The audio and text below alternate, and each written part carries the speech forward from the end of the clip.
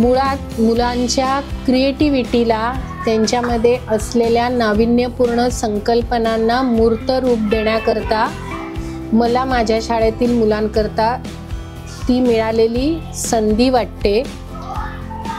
ह्या प्रोग्रामकडे बघताना मला कुठेही असं वाटलं नाही की मी मुलांचं शैक्षणिक नुकसान करून हा कोर्स करत आहे, कारण मुळात त्या संस्थेने ठेवलेली जी फ्लेक्सिबिलिटी आहे की आठवड्यातून 2 वेळा आणि शाळेच्या वेळेबाहेर, त्यामुळे उलट मला त्याचा असा फायदा झाला की त्यामुळे मुलं शाळेत यायला लागली, त्यांच्या आवडीच्या गोष्टी त्यांना करण्याची मुभा मिळाली।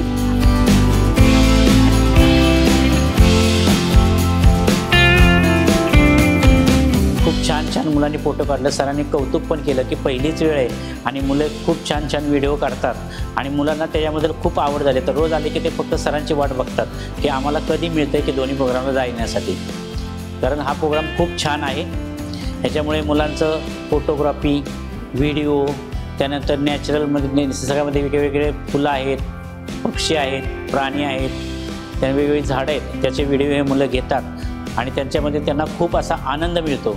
हे सगळं श्रेय अमर सरांना जातं।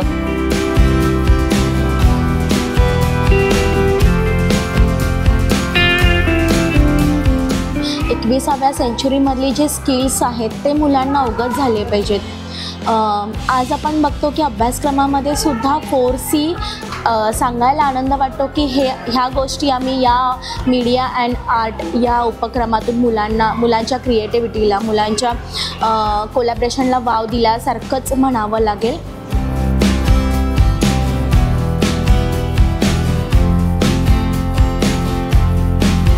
तो फर्स्ट सेक्शन में सर ने हमें बताया कि मीडिया आर्ट में क्या क्या रहता है, कैसे करना रहता है, और फिर उसके सेकंड सेक्शन में सर ने हमें बहुत सारी एक्टिविटीज़ करवाई, जैसे कि फ्लिप बुक, पोस्टर्स एक्सेट्रा। मुझे बहुत अच्छा लगता है कि मैं ये मीडिया आर्ट में ऐसे मतलब सीख रही हूँ वगैरह, क्योंकि मुझे इसमें बहुत अच्छा लगता है सब करने में।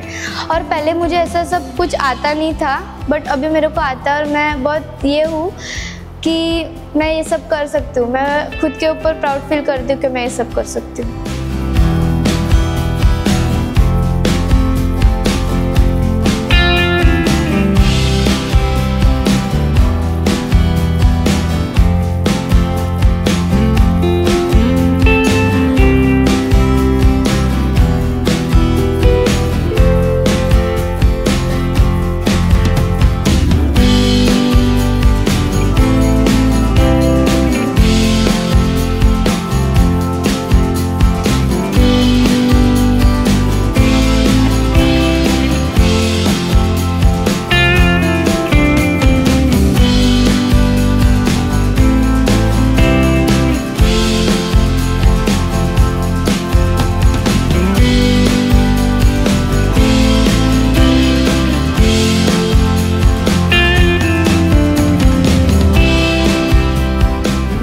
जसं की आपल्याला माहिती आहे, आपल्याला सोशल मीडिया माहिती आहे, इंस्टाग्राम, स्नॅपचॅट्स वगैरे, त्याच्यावर आपल्याला न्यूज कशी पाठवायची आहे। तर काही लोक छोटीशी असे फोटो काढतात आणि पाठवतात, पण त्याच्यावर टायटल्स वगैरे द्यायचे आहेत ना, ते तर राहून जातं।